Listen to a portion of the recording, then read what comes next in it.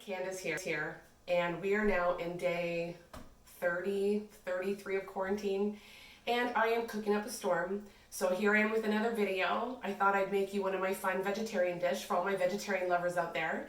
And for those of you who are vegan, Magda and Gord, this one's for you. You only have to substitute out one ingredient, which is the butter. Now, because we're in quarantine for so long, this video also gives me a reason to put on some makeup and some lipstick, because let's face it, who cooks in lipstick? Nobody, except when you're doing a video. The other thing is that we shoot this video in one take. So if I repeat myself, ignore me. So tonight, we are making a spicy cauliflower steak with a mushroom and onion mixture. We're gonna cook it in some white wine, some garlic, we're gonna add some lemon zest, some capers, and we're gonna top that mixture on top of your spicy steak, cauliflower steaks, and then finish it with some Boursin cheese. Who doesn't love Boursin cheese? So we're gonna get started.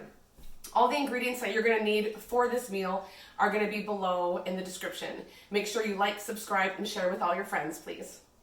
So we're gonna do an order for 4. Normally you could do this for 2, but I have some friends coming through drive-thru tonight for dinner, so I'm making it for 4. Now, you're gonna get your cauliflower. We're gonna start here, nice and simple. Easy way to deal with cauliflower is you wanna cut off the stem and the leaves and create a nice flat surface. Then you're gonna cut the cauliflower into steaks. You're gonna cut off the ends and save for cauliflower rice for another time. And you're going to make 2 nice thick cauliflower steaks. We're gonna be cooking these later, so we need them to be nice and thick for a few reasons. We want it to be nice and firm when you eat it, and then we also wanna make sure, that they're even in size so that they all cook consistently together. So you're gonna take off the ends, all the extra, and you're gonna cut 2 nice big steaks. So there you go. And then we're gonna get started. So our next step is we are gonna start to spice the cauliflower. And I forgot to mention a really important part in the first part of this video. Don't forget your wine. Super important when we're cooking some meals. And we're probably gonna use some of this, actually we are, in the mushroom mixture. So you're gonna have to open a bottle anyways. Now to spice up your steaks, I want you guys to think of some of your favorite spices and mix it in olive oil. I'm gonna make this slightly spicy. So in my olive oil mixture with my favorite spices, I've got some coriander, some cumin, some garlic, some salt, and some smoked paprika. You could also use some nice chili powder if you want, or some chipotle chili. Totally up to you. Cooking is all about making it fun and creative, so go with the taste that you like. These ones I just know mix really well together because I've done the recipe before. So then we're gonna take our mixture and we're gonna brush it on each sides of the cauliflower.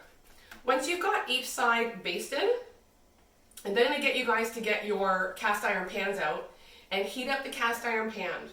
Just like you would a regular steak, you want that cast iron pan to be really hot so that when you put that cauliflower steak down, it starts to sizzle and caramelize right away. We're only gonna baste both sides of the cauliflower for about a minute and a half at a time in your cast iron skillet.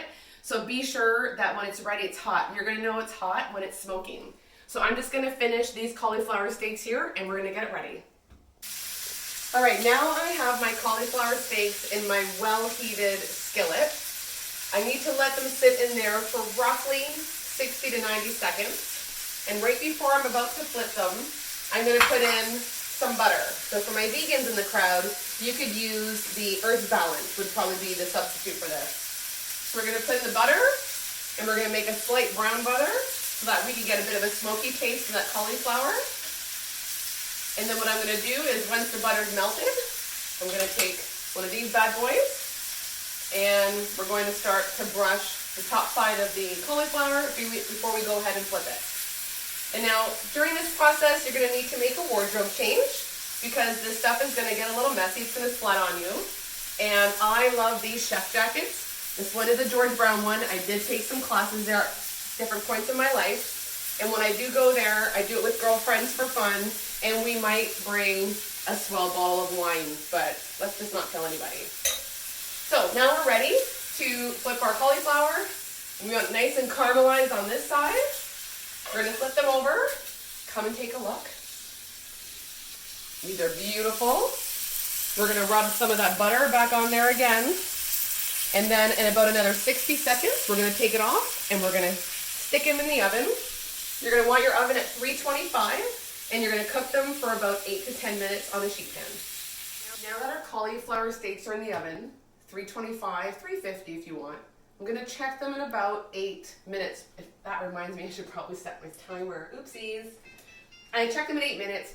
You want them to still be quite dense, and the idea is that you're supposed to be eating a cauliflower steak, so we don't want it too soft. We're gonna get started our next mixture. What we're gonna do is we're going to stir fry some mushrooms, onions, and garlic. Now, any mushrooms you want, doesn't matter, you're cooking, go to town, do your favorites. Here, I cut up some shiitake and some king oyster mushrooms. I'm going to stir fry them in some olive oil for the next 3 to 5 minutes. I'm gonna salt them, because salt is your friend with mushrooms. It really takes in the flavor. Once I've done that, I'm then gonna add my onions. So I've put in some sweet onions here. You want them thinly sliced. Shallots are also great too, but because what's happening in our grocery stores, unfortunately they were out. So I'm using some sweet onions. So we're gonna do that, and then we're gonna mix in the garlic. So stir fry your mushrooms, 3 to 5 minutes. Add in your onions and your garlic, and that's when you're gonna wanna add in some of your white wine. So I'm just gonna get started. Again, we're gonna do that. Some salt. And now I'm just gonna let this go for about 3 to 5 minutes. And then we're gonna go from there. I've now been stir frying the mushrooms, the vegetables, the mushrooms for about 5 minutes. They have a nice little char on them.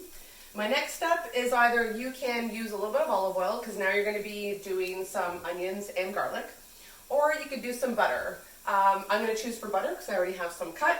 So I'm gonna put a little bit of butter in there, get it ready for the onions and the garlic mixture. While the butter's in there, I'm gonna pour myself some at the same time.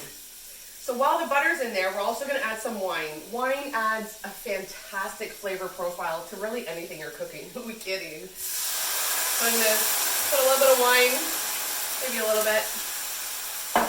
Gonna let this butter and wine mixture mix it up a little bit. Let some of the alcohol cook off, which is why you which is why you want to let it stir around for a few minutes so that some of the alcohol taste comes out of that mixture. And then now that we have that butter and wine mixture mixed, we are going to add the onions. Again, you could use shallots, would be great. And then we're also going to put in a whole bunch of garlic. I love garlic. And so I've got 7 cloves in this little glassware here. So what I'm going to do is I'm going to mix this up. And now I want these to be to the point where they're translucent. So for this to cook down, it's going to take roughly, probably another 3 to 5 minutes.